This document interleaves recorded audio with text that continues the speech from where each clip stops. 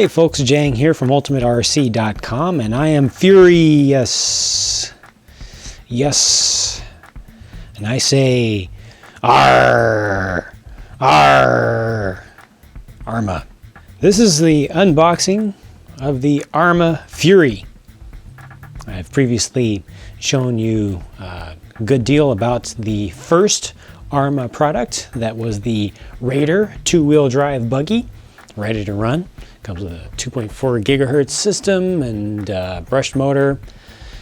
This is their second product to be released, the Fury. It is a short course truck. It is longer, it is bigger, and I'm going to show you what's inside the box.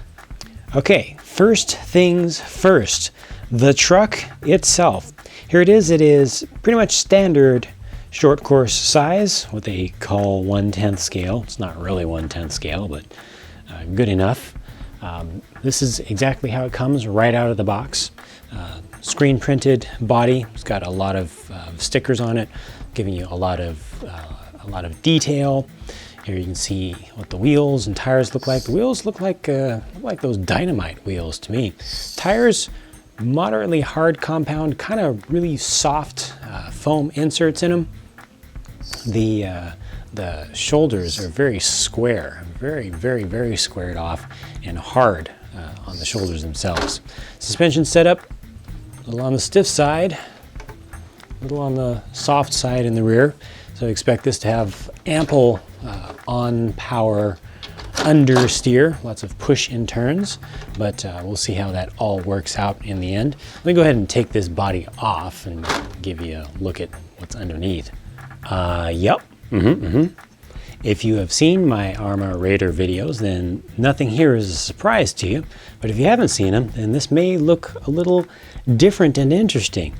ARRMA uses, at least for all of the two-wheel drive products that I've seen them announce so far, they use a twin vertical plate chassis setup. It has these long vertical aluminum plates. A lot of people are used to seeing that on the HPI Savage. It kind of has the market cornered for that design. So a lot of folks will say that anybody who uses that design copied the Savage. Whatever. It's just a design. It's just a different way of making a chassis. And they did that so that they would be able to get a lot of different vehicles out of the same basic platform. The Raider buggy is very narrow and has kind of a scale desert buggy look to it, and they wouldn't have been able to pull that off if they had a big wide tub chassis. And they're reusing as many components as possible from vehicle to vehicle. The short course truck is longer, so where the Raider actually would have had this much less in the chassis itself. Let me go ahead and show you a little bit up close of some of the different interesting design features that this thing has. The way that they do the shock towers is really interesting because it's kind of a tube frame sort of setup. You know, there's a lot of bracing, a lot of round stuff. Unfortunately, they don't give you different settings for where you can mount your shocks up top, but it does look nice and it does seem to be pretty stable. I did a bunch of durability tests with the buggy, and it handled pretty well so far. The A-arms, the upper A-arms, are actual A-arms, H-arms on the rear, actual A's on the top, so it's sort of the double wishbone style of thing. It does have adjustable, what do you call that, camber out here. E-clip, boo! See that? E-clip, E-clip, boo! Don't like that. Plastic bodied shocks. They do use just clip-on preload spacers. They do give you in the box some extra preload spacers for adjusting your ride height. Suspension really does feel good right here. Like I said, it's just a little on the soft side on the rear. One thing that I did notice while compressing this is that the camber gain is almost, I think there may be none actually. There has to be some, but it's really not noticeable. And that's not a good thing for handling. That will lead to a deterioration of grip as the vehicle leans over in a turn. Here's a closer look at the tread pattern on the tires. Pretty chunky. It's designed to last quite a long time. You will never wear these out if you stick to the brushed motor. If you put in a brushless setup, then they'll still last for quite a long time, just from the sheer amount of surface area that's in contact with the ground. The body mounts are adjustable. You can see that there are different levels that can go way up and way down. Let me go ahead and shift this back to the rear. Again, adjustable body mounts. Rear suspension, a little bit more conventional with just a adjustable turnbuckle up top and then an H-arm down at the bottom. Interestingly, they do use screw pins for the lower suspension mounts. Those just screw in. Everything is hex head as far as the screws are concerned. They use screw pins, but there is an extra little hole. If I zoom in there, you can see that these are ready to accept captured pins. Just regular straight pins with just a small little button head screw to be added on right next to it to actually capture that up. So not included, but ready for that. And that's good because screw pins do have a tendency to screw themselves out. What else with this thing? Ball bearings throughout. Every single joint that is rotating has a ball bearing or two that it's riding on. That's a good thing. Transmission has all metal gears inside with a sealed gear diff. So you can actually adjust your diff action by changing silicone oil. And you don't have to worry about it having the problems that ball diffs have, where they tend to wear out easily and they need to be readjusted as they wear in. Motor is very, very basic, low end, fairly low powered, brushed motor, sealed can. Here you can see the brushed only ESC. This big old box sitting up on top, that's the waterproof receiver case. This is also a little bit funny to me because the receiver that's inside there is about as long as this case is wide, but the width of the receiver is about, I want to say, half of an inch. So this thing is just absolutely huge compared to what it's actually protecting inside. But the ESC is supposedly waterproof, and you got a waterproof case here, sealed can, well, not sealed can, but you know, non-rebuildable basic brushed motor. So that's just all around a total waterproof setup. The servo is also supposed to be waterproof. Coming back here again, just looking at the rear, again with the shock towers, they did use a unique style.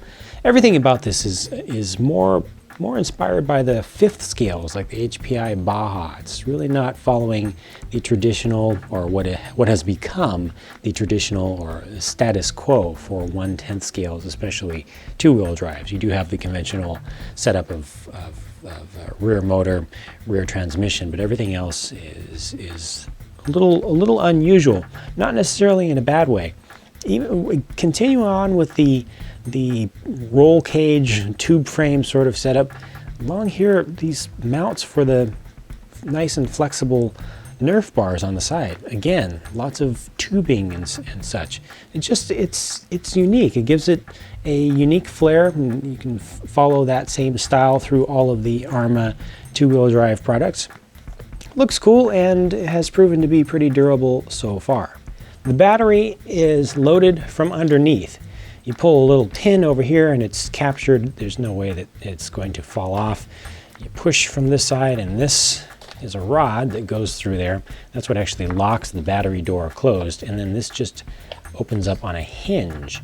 And you can see there's a nice large ample foam spacer in there because there's plenty of room forward to back for your battery to be placed in one of two major locations. You can also cut this up and put it in between, but they actually cut out the chassis here to allow you to use more standard packs, there actually was a problem with the Raider where they didn't have these little cutouts. So if you had something like a Gen Z's pack like I use, or anything that is a standard LiPo pack, this is a LiPo capable ESC by the way, a LiPo pack that has the terminals on the top, the bullet connectors, there wasn't room, so they actually seem to have adjusted that already when it came time to making this chassis. So there's enough room to fit the battery in and to fit the terminals in.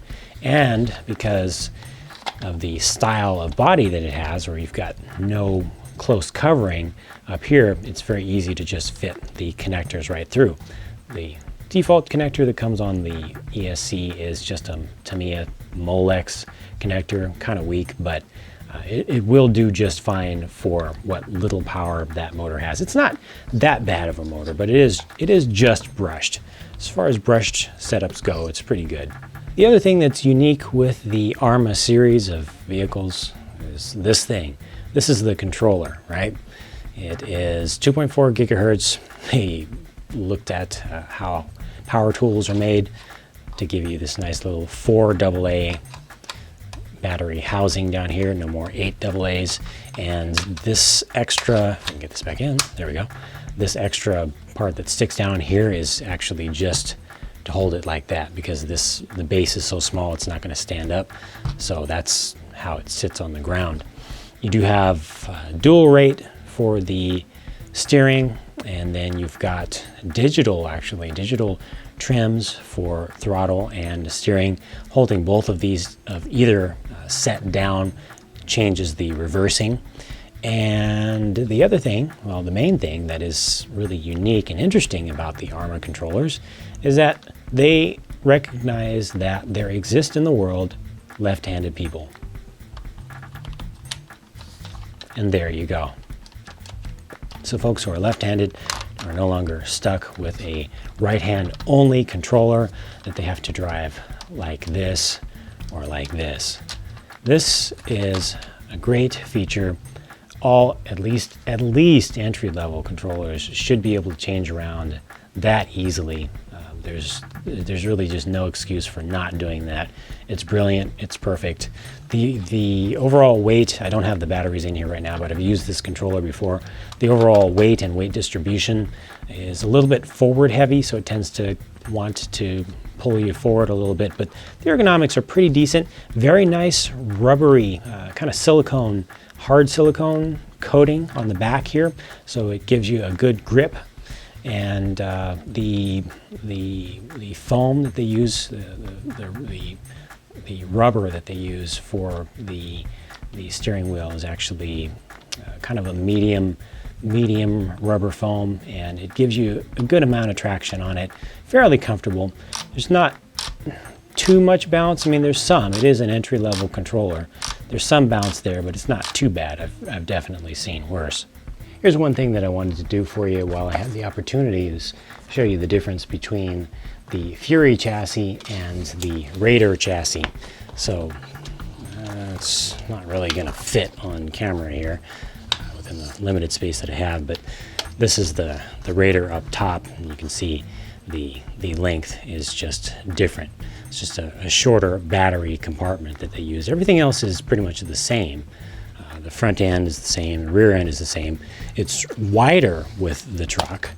You know, they used different length of A-arms, but all in all, the general construction is the same, and it's just a lot more open because of that extra length on the short course truck on the Fury, and also you don't have a body that's obstructing the top there, so everything is just a lot more open, a lot more easy to get to as far as the electronics, and especially hooking up the battery.